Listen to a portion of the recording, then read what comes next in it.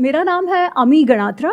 मैंने इंजीनियरिंग करा हुआ है कंप्यूटर साइंस में, उसके बाद MBA करा IIM अहमदाबाद से। 15 वर्ष जॉब करा, 4 कॉन्टिनेंट्स में रही, बहुत सारे देशों में काम किया। और 2020 में जब मैं वापस भारत आई तो फिर जो पढ़ा था उस पर लिखने का अवसर मिला। तो महाभारत अनरावल्ड करके जो पहली पुस्तक है वो लिखी, बहुत अच्छा रिस्पॉन्स रहा, सबने बहुत सराहा। उसके पश्चात रामायण अनरावल्ड लिखी। महाभारत से जो हमारी यंग जनरेशन है वो क्या सीख सकती है, इन द सेंस कि अभी तक जो लोग हैं उनके माइंड में क्या इमेज बनी हुई है महाभारत की, और आपने जब ये लिखा और संस्कृत में आपने इसका अध्ययन किया तो ऐसा आपने क्या अलग देखा जो कि प्री कंसीव नोशंस है लोगों के, उससे बिल्कुल ही अलग है? कुछ एग्जांपल्स आप देना चाहेंगे? ठीक है, तो सबसे पहला मैं प्रश्न पूछती हूँ, महाभारत का युद्ध है वो क्यों हुआ? एनीबडी जो भी बोलना चाहते हैं हाथ ऊपर करो और माइक लेकर के बोल दो। हाँ, माइक दे दो उनको। वाणी की निर्लज्जता। हाँ, जैसे द्रौपदी ने कहा था, क्या कहा था? अंधे का पुत्र अंधा। बहुत बढ़िया। द्रौपदी ने कहा अंधे का पुत्र अंधा, इसीलिए दुर्योधन के ईगो को लग गई, अहंकार चुभ गया और उसके बाद युद्ध हुआ। अगर ये बात सही है तो मुझे एक बात बताओ, लाक्षागृह में जब पांडवों को और कुंती उनके माताजी के साथ जब जलाने का प्रयत्न हुआ तब तो द्रौपदी थी ही नहीं। तो क्यों प्रयत्न किया था दुर्योधन ने?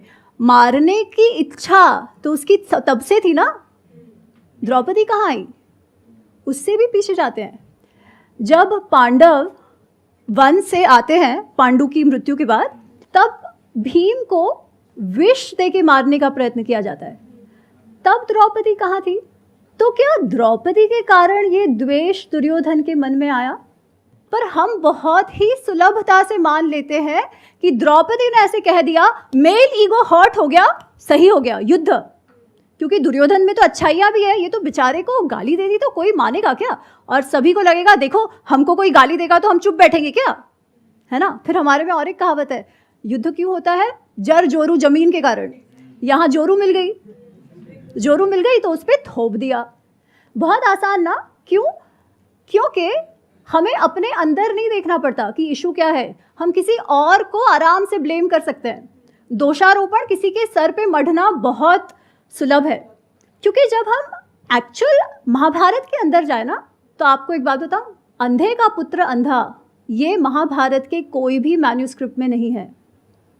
ऐसा कुछ हुआ ही नहीं है। ये सब जो वो मसाला डालते हैं ना, वैसा वाला मसाला है, ये फिक्शन है।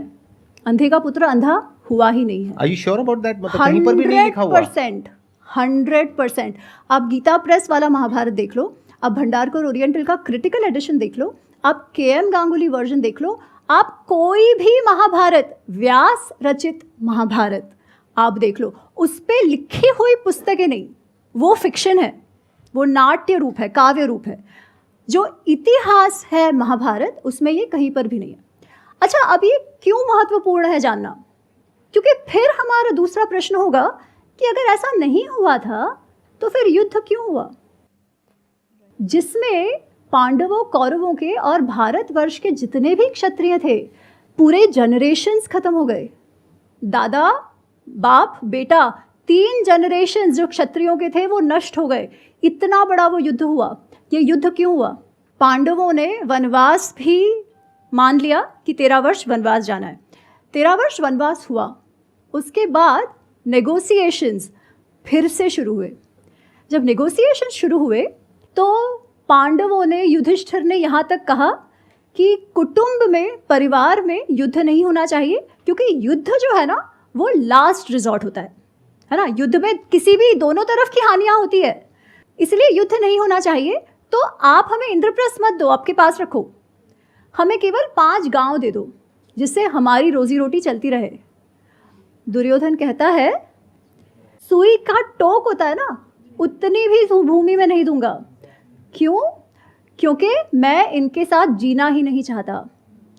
इतना अधिक मात्सर्य भाव, जलसी जिसे कहते हैं ना, जलसी और अहंकार, इनके साथ जीना नहीं चाहता। तो मेरे अहंकार के लिए मैंने इतने जनरेशन्स को नष्ट करवा दिया। तो फिर इससे हमारा की टेक अवे क्या है? कोई भी निर्णय जब हम काम, क्रोध, लोभ, मोह, मद, मात्सर्य, extreme attachment and desire, anger, गुस्सा, बहुत ज्यादा गुस्सा, बहुत ज्यादा लोभ, लालचीपना, बहुत ज्यादा मात्सर्य, बहुत ज्यादा अहंकार में जब कोई भी निर्णय लिया जाएगा तब हमारा पतन होना निश्चित है। अच्छा बुरा इंडिविजुअल ट्रेट्स की बात नहीं है। जब निर्णय लेने का समय आता है तब आप किस भाव से लेते हो? क्या लोभ में, क्रोध में, मुझे ये चाहिए, वैसा मुझे चाहिए क्योंकि मुझे चाहिए, माय वे और हाईवे, ऐसा डिसीजन लेते हो, या ये मेरे लिए अच्छा है इसलिए मुझे लेना चाहिए भले मुझे अच्छा ना लगे? कैसे निर्णय लेते हो? That determines. अब this lesson is so different from everything else that you heard कि सब में सही है, सब में गलत है। जब आप ऐसे कहते हैं कि सब में वाइट भी है, सब में ब्लैक भी है, तो हम क्या कहते हैं? मेरे में भी तो ब्लैक है, उनमें भी तो था, चलता है। पर जब तक वो ब्लैक रहेगा ना, तब तक ये मत एक्सपेक्ट करना कि आप सक्सेसफुल होगे, हो ही नहीं सकते। सब में ब्लैक है और सब में वाइट है, is it not true? It is true. हाँ। देखिए, गुण अवगुण सब में होते हैं, कोई भी ऐसा नहीं है जो एकदम परफेक्ट है, परंतु जब डिसीजन लेने की बात आती है तब आप कैसे लेते हो, ये महत्वपूर्ण है। ऐसा नहीं है कि मन में गुण अवगुण नहीं है, सब कुछ है, डिजायर्स है, हमें कुछ अच्छा लगता है और ये सब होना भी चाहिए। जब अटैचमेंट है तो प्रेम होगा, पर जब ओवर अटैचमेंट है तो पोजेसिवनेस आ जाएगी, तो जो संबंध प्रेम का संबंध था वही टूट जाएगा। सेम भाव जब अति हो जाता है तब, इसलिए कृष्ण कहते हैं मन को संयम में रखो। अर्जुन कहता है बहुत अच्छा, संयम में रखो कह तो दिया, पर होता है क्या, है ना? वो कहता है चंचल ही मन कृष्णा प्रमाथि बलवत दृढ़म, कि जो मन है ना बहुत चंचल है, वो वायु के जैसा है कि वायु को हम पकड़ने का प्रयत्न करते हैं ना, मन को संयम में करना वैसे आप कठिन कार्य है। कृष्ण कहते हैं सही है, कठिन तो है ही, असंशय ही महाबाहो, पर कैसे करो? अभ्यासेन तु कौन्तेय वैराग्येण तु गृह्यते। अभ्यास अभ्यास अभ्यास, प्रैक्टिस प्रैक्टिस प्रैक्टिस। वो सिगरेट मुझे नहीं पीनी है, फिर भी मेरा मन जाएगा, मुझे लगेगा नहीं नहीं ले लेता हूँ, नहीं ले लेता हूँ।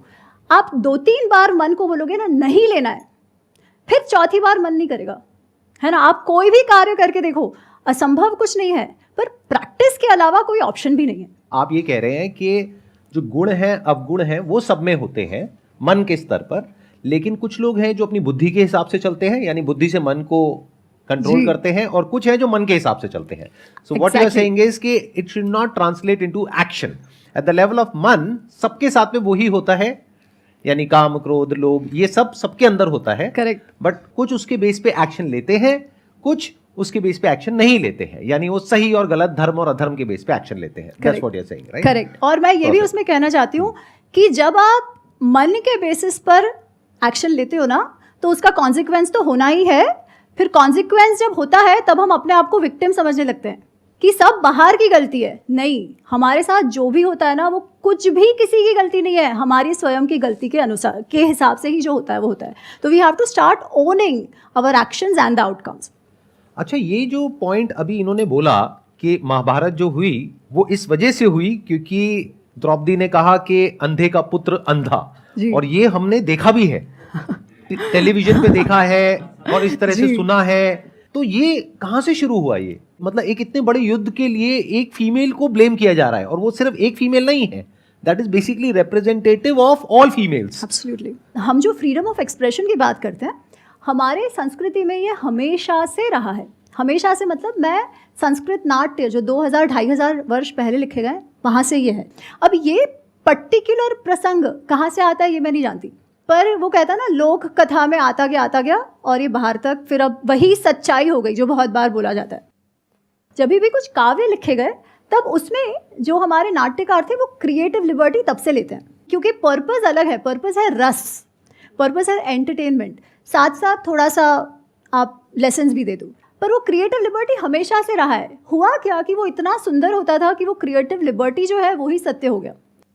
द्रौपदी के विषय में आप हमेशा जब सुनते हो तो उसे वो या तो अंधे का पुत्र अंधा, या हमेशा बदला चाहिए बदला चाहिए बदला चाहिए, जबकि आप द्रौपदी का जो व्यक्तित्व महाभारत में देखते हो वो एकदम ही अलग है। She is one of the most graceful ladies that can ever be. तो एक प्रसंग आता है महाभारत में जो वन पर्व में है, इसको कहते हैं द्रौपदी सत्यभामा संवाद। द्रौपदी सत्यभामा संवाद में ऐसा होता है कि वनवास में है पांडव, द्रौपदी और सब, और कृष्ण सत्यभामा उनसे मिलने आते हैं। तो वो जब उनसे मिलने आते हैं तो पहले तो कुछ कुछ बात चलती है, जो पुरुष हैं वो अपनी बातें करते हैं और द्रौपदी और सत्यभामा बात कर रहे हैं। सत्यभामा द्रौपदी से पूछती हैं, तुम्हारा मुझे वशीकरण मंत्र चाहिए, तुम्हारे पास वो कौन सा वशीकरण मंत्र? वशीकरण मंत्र मतलब ऐसे हिप्नोटाइज कर देना, मुझे वो मंत्र बताओ। द्रौपदी कहते क्या हुआ? वो कहती है कि ये जो 5 पांडव है वो नित्य ही तुम्हारा चेहरा देखते रहते हैं, तुम कहती हो वो कर देते हैं, जो तुम चाहती हो वो सभी पांडव करते हैं, ये 5 पांडव तुम्हारे वश में है, तो मुझे बताओ तुम्हारे पास कौन सा वशीकरण मंत्र है? द्रौपदी कहती है, सत्या कोई वशीकरण मंत्र नहीं है, पर तुम्हारी बात सच है कि मुझे पांडव बहुत मान सम्मान देते हैं, मुझसे बहुत प्रेम करते हैं। उसका कारण है मैं अपना जीवन कैसे जीती हूँ। और द्रौपदी जब लोग वो इंद्रप्रस्थ की जब महारानी थी तब अपने रोल का वर्णन करती है।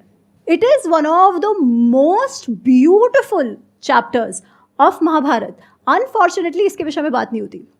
वो कहती है मैं सबसे पहले उठ जाती हूँ, जो भी कार्य राजमहल के अंदर होता है, क्योंकि बहुत सारे लोग, लाखों की संख्या में लोग खाने पीने आते थे, उन सबके लिए हजारों की संख्या में सेवक सेविकाएं होती थी। वो कहती है उन सब का नाम मैं जानती थी, वो सब ने कितना कार्य किया है वो मैं जानती थी, उन्होंने खाया पिया है कि नहीं वो भी मैं जानती थी। वो कहती है युधिष्ठिर जब यात्रा पे जाते हैं तब उनके साथ कितने घोड़े, कितने हाथी, कितना वेल्थ, गिफ्ट्स वगैरह जो जाते हैं दूसरे राजाओं के लिए, वो कितना गया वो और किसी को नहीं मालूम, एको अहम अपि वेद्मि, केवल मैं ही जानती हूँ। वो कहती है इंद्रप्रस्थ की जो तिजोरी है ना, जो खजाना है, जो वेल्थ है, वो ऐसी है कि किसी को मालूम ही नहीं, इतनी पूरी समुद्र जितना रत्न उसमें भरे हुए हैं, पर क्या आया क्या गया, पूरा transparency of the treasury, she says मेरे अलावा किसी को भी नहीं है। आप सोचो उस स्त्री पर कितना विश्वास था पांडवों का कि finances of the kingdom is what she knows, और मेरा काम मैं इतनी निष्ठापूर्वक निभाती थी तब भी, while taking care of my family members, बच्चा, सासू, एवरीबडी। इसीलिए पांडव मुझे इतना भाव देते हैं। This is the character of a lady in इतिहास। ऐसी स्त्री को हम बिचारी कहते हैं। ऐसे समाज को जहाँ स्त्री को इतना स्टेटस मिला हुआ है, जहाँ फिनेंसेस भी वो देखती है, उस समाज को हम स्त्री द्वेषी कहते हैं। और इतिहास ना जानने के कारण हम हमारे ही समाज को कैसा समझने लगे हैं, उसका उदाहरण आपके सामने है। इसीलिए इतिहास को इतिहास के रूप में जानना अत्यंत आवश्यक है और बिल्कुल भी कठिन नहीं है। ये सारी पुस्तकें हैं, केवल हमें उन्हें पढ़ना है और हमारे इतिहास को, हमारे अपने आप को जानना है। हम जैसे सीता और द्रौपदी की बात करते हैं, संदीप सर के मैंने 3-4 वीडियोस देखे थे एंड मतलब पिछले 3 साल से मेरी खुद की लाइफ में वो चल रहा था कि मेरी लव मैरिज थी, 8 साल के बाद हमारी शादी हुई थी, पर मेरे हस्बैंड को ब्रेन हैमरेज हो गया 2020 में और अभी भी वो पैरालिसिस ही है उनको। तो जैसे सीता और द्रौपदी 2 कैरेक्टर्स हमारे दिमाग में रहते हैं और मैं भी हिस्ट्री की स्टूडेंट थी, LSR से पास्ड आउट थी, मेरा खुद का NGO है और क्योंकि कहते हैं जो काम आप करते हैं बाहर वही काम आपके घर में आ जाता है। मैं विकलांग बच्चों के लिए काम करती थी और वही विकलांगता मेरे घर में आ गई। तो मेरा क्वेश्चन आपसे ये है, जैसे जब ये सब कुछ होता है तो आपकी फैमिलीज बहुत आसानी से आपको छोड़ के चली जाती हैं, जैसे आपने कहा कि कर्म है ना। जब हम कर्म की बात कर रहे हैं, हम ऐसा कैसे सोच सकते हैं कि हमें इस एज में ये हमारे कर्मों का फल है, क्योंकि मुझे इस जन्म में ऐसा कुछ कर्म याद नहीं आता है कि मैंने ऐसा कुछ किया हो। और मेरा संदीप सर से भी एक क्वेश्चन है कि जैसे आप मोटिवेटेड रहने की बात करते हैं, it's been from last 3 years मैं कोशिश करती हूँ कि मोटिवेटेड रहूँ और अब तो शायद ऐसी पारिवारिक स्थितियाँ हो जाती हैं जब मम्मी पापा कहते हैं कि उनको छोड़ दो, कब तक ऐसे चलेगा या कब तक ऐसी लाइफ रहेगी, क्योंकि मेरी एक छोटी बिटिया भी है। और ब्रेन हैमरेज के बाद ऐसा होता है कि वो शायद कभी रिकवरी नहीं होता है, क्योंकि स्ट्रोक में रिकवरी के चांसेस होते हैं, विदिन 6 months आप चल फिर सकते हैं, पर हैमरेज के बाद शायद ऐसी स्थिति होती है कि वो पैरालिसिस कभी रिकवर नहीं होता है। सीता अपने हक को छोड़ती है और वो देवी बन जाती है। मैंने अपने हक को छोड़ा, अभी हमारे लॉज वगैरह साथ नहीं रहते हैं। अगर द्रौपदी अपने हक की बात करती है तो ये बोला जाता है कि आप अपनी संपत्ति के लिए लड़ रहे हैं या आपने परिवार को तोड़ दिया, आपने विभाजन कर दिया। तो आपकी नज़र में, आपने इतना इतिहास पढ़ा है, आपने इतनी महाभारत रामायण बहुत सारी किताबें शायद आपने लिखी हैं, आपको क्या लगता है जीवन में आज के आधुनिक भारत में क्या सीता की भूमिका निभाना सही है या द्रौपदी की तरह अपने हक के लिए लड़ना सही है? अगर आप द्रौपदी बनते हैं, आप खुद भी बहुत मेंटल ब्रेक थ्रू से जाते हैं जो ऑलरेडी आपकी लाइफ में चल रहा है, और अगर आप सीता बनते हैं, आप सब कुछ छोड़ देते हैं, तो क्या उस लाइफ को बहुत लॉन्ग टर्म निभाना संभव है? सबसे पहले तो मैं आपसे कहना चाहूँगी कि आप में बहुत शक्ति है एंड आपके शक्ति को नमन है। जहाँ तक मैंने देखा है, कर्म ना बहुत ही कॉम्प्लेक्स सब्जेक्ट है। ऐसा नहीं है कि कल हो गया और आज उसका इफ़ेक्ट दिखता है। ऑल्सो जो हम देखते हैं, जिसे हम बुरा मानते हैं, वो ज़रूरी नहीं है कि बुरा है, उस टाइम फ्रेम के लिए तो है, but we don't know what's going on behind that, right. पर आपको एक बात बताती हूँ, द्रौपदी या सीता माँ, उन दोनों के ही जीवन में हक छोड़ा, हक रखा, ये सब नहीं है। तकलीफ़ें तो आई थी, जो नहीं आनी चाहिए थी वो भी आई थी, जो हम जितना देखते हैं दे डिडंट डिज़र्व, बट जो भी आया, that is one thing that they did not lose, जिसके कारण हम दोनों को ही आज मानते हैं। That is the sense of कर्तव्य भाव and the sense of grace. Forget what stories we heard. परिस्थिति कोई भी हो, क्योंकि परिस्थिति पे हमारा कंट्रोल है ही नहीं, है ना, बिल्कुल भी कंट्रोल नहीं है। अच्छा होता है, बुरा होता है, ऐसी चीज़ें हो जाती हैं जो कभी सोचा ही नहीं था। Who do we blame for it? We don't no.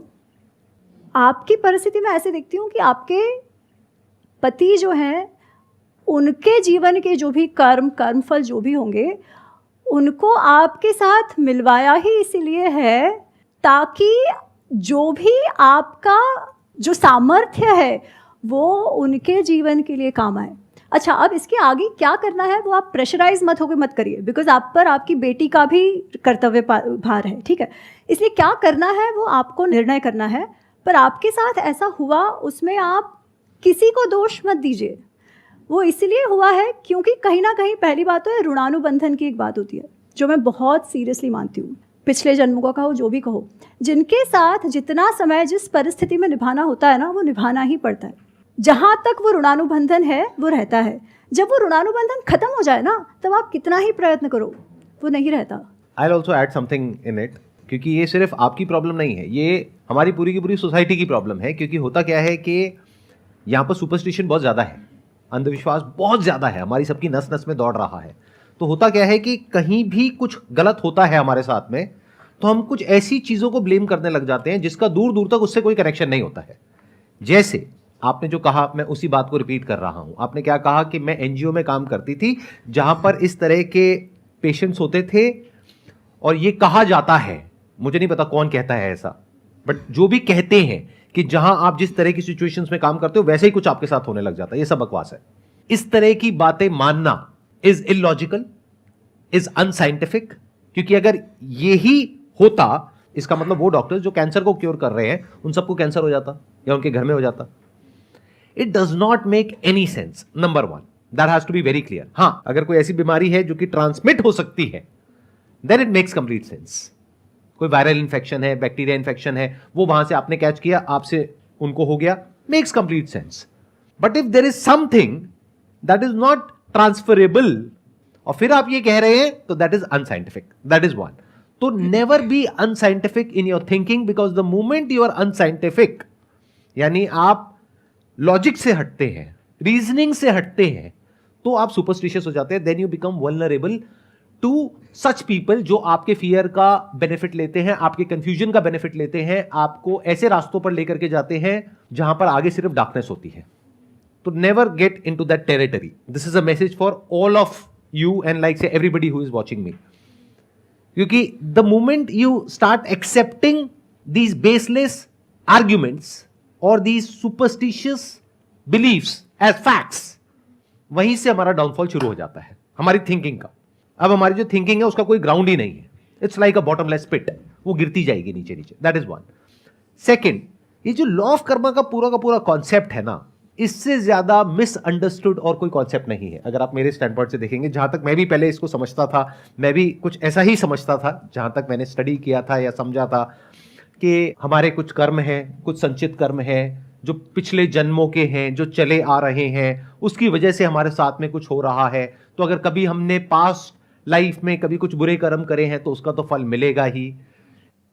मेरे स्टैंड पॉइंट से आप देखेंगे, जो हो सकता है इनके स्टैंड पॉइंट से बिल्कुल अलग हो। जो एक करता है उसका असर सब पे होता है, और जो सब करते हैं उसका असर एक पर होता है। तो अपने आप को ब्लेम करना बिल्कुल छोड़ दो, इस गलतफहमी से बिल्कुल बाहर आ जाओ कि मैंने कुछ ऐसा किया जिसकी वजह से मेरे साथ में कुछ ऐसा हो रहा है, या उन्होंने कुछ ऐसा किया जिसकी वजह से उनके साथ में ऐसा हो रहा है। We can talk about it, we can debate about it. मैं आपको बताता हूं मेरा टेक क्या है, आप बताइएगा आपका क्या टेक है इसके ऊपर। मैं कैसे देखता हूं इस दुनिया को कि ये जो हमारे नोशंस हैं, अलग अलग जो रिलीजन्स हैं उनके अलग अलग नोशंस हैं। तो मैं क्या कह रहा हूं, इन सबको अगर हम एक बार को हटा दें, जो भी लिखा हुआ है उसको हटा दें। मैं ये नहीं कह रहा वो लिखा हुआ गलत है, मैं ये कह रहा हूं कि हो सकता है हमारा इंटरप्रिटेशन गलत हो सकता है वो जैसे करके हो कि एज एन एग्जाम्पल के ऐसा होता है और उसका हमने अपने आप ही कुछ और मतलब निकाल लिया। तो मेरे हिसाब से लॉ ऑफ कर्मा क्या है, मेरे स्टैंड पॉइंट से अगर आप समझेंगे तो, कि जो एक करता है उसका असर सब पे होता है। यानी कि क्या, आज जिस जगह पर अभी हम बैठे हैं, Delhi, which is one of the most polluted cities in the world, यहां पर जो बच्चा पैदा हो रहा है, क्या वो उसके बुरे कर्म है जिसकी वजह से वो पैदा हो रहा है? क्योंकि उस बच्चे को पॉल्यूटेड एयर ब्रीथ करनी पड़ रही है, जिसकी वजह से उसको कुछ ऐसी बीमारियां हो गई है कि वो तड़प तड़प करके मर रहा है। किसकी वजह से? अपने पास कर्म की वजह से? अरे नहीं, हमारी पूरी की पूरी सोसाइटी की वजह से, या पूरी ह्यूमैनिटी की वजह से, अगर और ब्रॉडली देखो तो। अब ये जो आर्ग्यूमेंट्स होते हैं ना, इसको हम बारीकी से नहीं देखते हैं, इस वजह से हम कंफ्यूज हो जाते हैं। और जैसे हम कंफ्यूज हो जाते हैं तो लोग आ जाते हैं हमको मिसगाइड करने के लिए, कि कुछ भी आपको बोलेंगे और फिर कहेंगे कि अच्छा ठीक है, आपको ये करना है, अब आपको वो करना है, ये कर्म कांड है, ये पहन लो, वो पहन लो, ये कर लो, वो कर लो, यहां चले जाओ, वहां चले जाओ, all that stuff, and then you are completely lost. जैसे बहुत सारे लोग ये समझते हैं कि जो भी हम करते हैं वो हमने कुछ किया होता है और एक बीज की तरह होता है जो हमने बोया, अब उसका फल मिल रहा है। तो जब सोसाइटी में कोई रेप होता है उसके लिए किसको ब्लेम करोगे? उस इंसान को जिसके साथ में वो हो रहा है, क्योंकि पुराने जन्मों में उसने कुछ किया है। अगर ये लॉ ऑफ कर्मा की आपकी थ्योरी है तो अगर किसी के साथ में कुछ गलत हो रहा है तो क्यों हो रहा है, उसके पीछे बहुत सारे रीजंस हैं, और वो रीजंस बहुत ही ऑब्वियस हैं। उसमें किसी मिस्टिकल बात को हमको बीच में घुसाने की जरूरत नहीं है। यानी कि वहां पे लॉ एंड ऑर्डर की प्रॉब्लम है, जो जस्टिस सिस्टम है उसकी प्रॉब्लम है, कि अगर कोई गलत करता है तो उसको सजा मिलने में 20 साल, 30 साल, 50 साल लग जाते हैं। तो लोगों के अंदर उसका डर नहीं है, लीगल सिस्टम का। क्रिमिनल्स होते हैं वो बच करके निकल जाते हैं। जो उस बच्चे की अपब्रिंगिंग है, जिसने ऐसा कुछ गलत किया, उसकी अपब्रिंगिंग में प्रॉब्लम है, एजुकेशन सिस्टम में प्रॉब्लम है, तो हम इन सबको ठीक नहीं करेंगे। हम क्या करेंगे, इसका एक ओवर सिंप्लीफाइड आंसर उठा करके लोगों को दे देंगे, क्योंकि उसको समझाने में भी मेहनत नहीं है समझाने वाले को, और समझने वाले को भी अपना दिमाग नहीं लगाना है। ग्लोबल वार्मिंग किसकी वजह से हो रही है? किसी एक की वजह से हो रही है, हम सब की वजह से हो रही है। Why don't we take responsibility? Humanity की वजह से हो रही है। अच्छा, ग्लोबल वार्मिंग की वजह से अगर कहीं पर बाढ़ आती है, मान लेते हैं दुनिया के किसी पार्ट में आती है, जो आएगी फ्यूचर में, और वहां पर लाखों लोग मर जाते हैं, क्या उन लाखों लोगों ने कुछ गलत कर्म करे हैं जिस वजह से वो मर गए हैं? Does that make any sense to you guys? तो हो क्या रहा है, अगर ध्यान से समझोगे, ध्यान से ऑब्जर्व करोगे, कि इस पूरे यूनिवर्स में कहीं पर भी अलग अलग कहीं कुछ है ही नहीं। Everything is inter related and interconnected. तो जो भी एक इंसान कुछ कर रहा है, उसका डायरेक्टली या इनडायरेक्टली असर पूरी सोसाइटी पे आ रहा है। आज अगर आप अपने बच्चे की जिस तरीके से अपब्रिंगिंग कर रहे हो, देखने में लग सकता है कि उसका असर वहीं तक है, बट वो बच्चा आगे जाएगा सोसाइटी में, वो हो सकता है टीचर बनेगा या इंजीनियर बनेगा, डॉक्टर बनेगा, क्या उसका असर और आगे नहीं आएगा? अगर उसके अंदर एंगर है तो क्या वो एंगर, फ्रस्ट्रेशन या जो भी प्रॉब्लम्स है वो आगे ट्रांसफर नहीं हो जाएगी? तो क्या एक का असर सब पे नहीं आ रहा है? एक चेन नहीं बन रही है पूरी की पूरी? Can't we see that? Isn't it obvious? हम क्या करते हैं, इसका एक ओवर सिंप्लीफिकेशन निकाल देते हैं कि एक बच्चा है, उसने मान लो गुटखा खाने का डिसीजन लिया, तो उस बच्चे की गलती है। बच्चा मतलब 15-16 साल का, जहां पर यूजुअली ये सब चीजें शुरू होती है। अच्छा, उसकी गलती है सच में? क्या उसके अंदर इतनी बुद्धि है कि वो ये समझ पाए कि इसकी वजह से क्या होने वाला है आने वाले 20 साल बाद? तो क्या हम पूरा ब्लेम उस पर डाल सकते हैं, उसके कर्मों पर डाल सकते हैं? या फिर हम है सोसाइटी जहां पर के इस तरह की एड्स कर रहे हैं वो लोग जो आपके हीरो हैं, जिनके लिए आप लड़ने मरने कटने को तैयार हो जाते हो, जिनके बारे में अगर मैंने नाम ले दिया तो आप लोग आकर के मुझे ही उल्टा बोलने लग जाओगे, जिनके बारे में आप कुछ सुन नहीं सकते हो, आपके सो कॉल्ड हीरो, वो जाकर के ऐसी चीजों की ऐड कर रहे हैं। तो क्या उस बच्चे को जो कैंसर हो रहा है वो उस गुटखा कंपनी की वजह से हो रहा है? या आपकी वजह से हो रहा है, हमारी सबकी वजह से हो रहा है, क्योंकि हम चाहें तो बहुत कुछ कर सकते हैं लेकिन कुछ करते नहीं है। तो जैसे ही लॉ ऑफ कर्मा को आप इस तरीके से समझते हो तो हम सबके ऊपर एक बहुत बड़ी रिस्पॉन्सिबिलिटी आ जाती है, क्योंकि अब फ्यूचर जैसा भी होगा सिर्फ आपका अपना नहीं, क्योंकि आपका अकेले का तो कोई फ्यूचर है ही नहीं। अगर आप किसी ऐसी जगह पे रहते हो जहां पर सब लोग खराब है, उसकी वजह से पूरा मोहल्ला खराब है, तो आप कैसे खुश रह सकते हो? खुद रिस्पॉन्सिबिलिटी लेनी पड़ेगी। आई एम सॉरी, मैं थोड़ा सा इमोशनल हो रहा हूं इस टॉपिक को लेकर के, because it's very close to my heart. आपका क्या टेक है इसके ऊपर? तो मैं आपसे पूर्णतः सहमत हूँ। केवल मैं एक चीज़ और कहना चाह रही हूँ, टेकिंग योर गुड का एग्जाम्पल। ऑफकोर्स कर्म पर्सनल लेवल पे होता है और कलेक्टिव लेवल पे होता है, और इवन जब मैंने आपको सबसे पहले वही कहा कि अपने साथ जो हुआ हो ना, उसमें we don't have to overthink कि अरे मेरे कौन से कर्म थे, because we will never know. आपको कभी पता ही नहीं चलेगा कि अरे वो किया वैसे हुआ, नहीं। परंतु ये बात भी बिल्कुल नहीं भूलनी चाहिए कि कोई भी कारण सर, कितनी भी बेवकूफ़ी के कारण, अगर वो 16 वर्ष का बच्चा गुटखा खाता है और उसके माँ बाप उसे नहीं रोकते हैं, तो उसका कॉन्सिक्वेंस तो उसे भुगतना ही पड़ेगा। So while we have to have a social consciousness, individual responsibilities can not be forgotten. ठीक है, आपके निर्णय का जो आउटकम होता है वो भी दुनिया भर पे नहीं थोप सकते। दुनिया पे तो असर होगी, बिकॉज एक का असर सब पे होता है, सबका असर एक पे 100%। पर आपके साथ जो हो भी रहा है या होगा, उसका कॉन्सिक्वेंस और आउटकम आप आउटसोर्स नहीं कर सकते। Few things are in your control, few things are not in your control. तो जहां पे कंट्रोल नहीं है, हाँ, वहां पे हमें रिस्पॉन्सिबिलिटी भी नहीं लेनी मैं है। आपको वही कह रही हूँ, पर जहां पे कंट्रोल है वहां पे लेनी वहां पे तो लेनी ही पड़ेगी ना। Exactly. Let's give big round of applause for her. Thank you so much जी यहाँ पर आने के लिए। It was pleasure meeting you, pleasure talking to you. Thank you for sharing your knowledge. Sandeep ji.